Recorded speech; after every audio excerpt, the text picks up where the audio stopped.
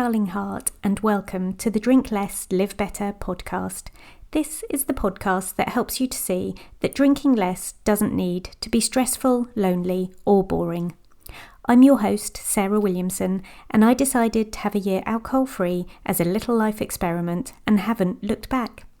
With my experience and training, I now help other women with their alcohol-free or drink less adventures. I'm here to tell you that you can be truly joyful without alcohol in your life. Join me here each week to find out how. Now, I'm gonna have a bit of a whinge. If you hang out in Facebook groups where people are talking about their sober journeys, if you listen to podcasts about living without alcohol, and if you look at inspirational Insta influencers on the subject of recovery, you'll see someone somewhere chip in with the comment, "If I can do it, anyone can." Yep. I've got something to say about that. Of course I have. You bet I'm here with something to say. Let's listen again. If I can do it, anyone can. Before I start, I just caveat what I'm about to say with this. If you've said it before, I'm sure you've done it from a place of love. I'm sure you said it out of support, and I'm sure you were meaning to be helpful. But here are my thoughts. Let's break it down. If I can do it. I gotcha. I see the possession in this statement. I hear you loudly judging yourself. I understand you declaring your lost causeness to us all. I see it as a statement of power, and those things might all feel good for you, and I'm delighted if they do, but hang on a hot sec. Your audience, us over here in cyberspace, in the social media abyss or the podcast solitude, likely don't know, haven't seen, read or listened to your backstory. So we don't know how good or how bad you were before you stopped drinking. We don't know whether it was 7 days, 7 weeks, 7 months or 7 years ago.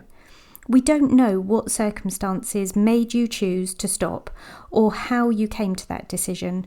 We've got no frame of reference other than your word, and we don't know from that snapshot part of the sentence, "If I can do it," whether we can put our trust in you. We might have very little faith in ourselves in this moment, and hearing someone else say, "If I can do it," may well lead us to ask all kinds of questions of ourselves that may not be in the least bit helpful. Oh, if they can do it, why can't I? I must be really bad. I must be one of the ones who can't do it. I'm failing at this, and here's more evidence as to why I should feel full of guilt and shame.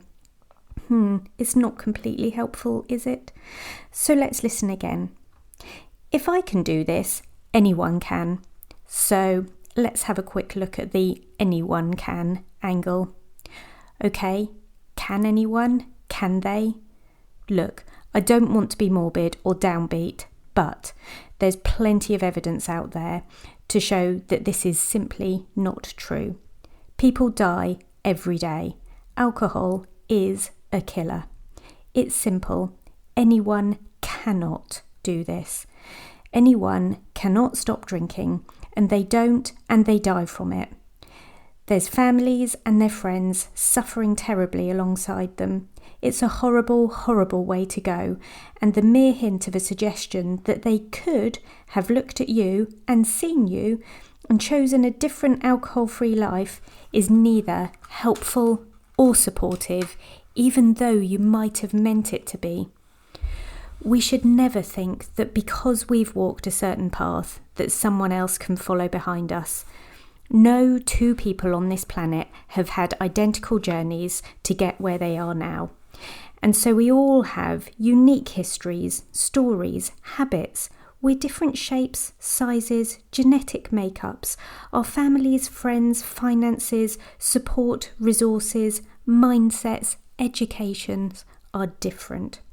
No one else has been through what you've been through. No one else has been through what I've been through. And that's good.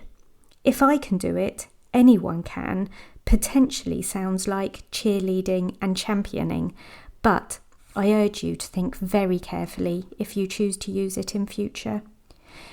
You won't ever hear me using this turn of phrase. I doubted that I could do it. I don't know that I always will be steady in my commitment to myself, and I'll never know if my version of doing it is the right way. I know for sure it's not a possibility for everyone, and I honour that sad reality. There's loads of things we can say, do, and share to offer inspiration to those coming behind us. Let's choose better words of encouragement. Thank you for listening to this podcast episode. Please listen in again next time. You can sign up to my 5-day Drink Less experiment and find out about working with me one-to-one at drinklesslivebetter.com. I'd love it if you could take a moment to 5-star rate and review this podcast today. Thank you, and P.S. I believe in you.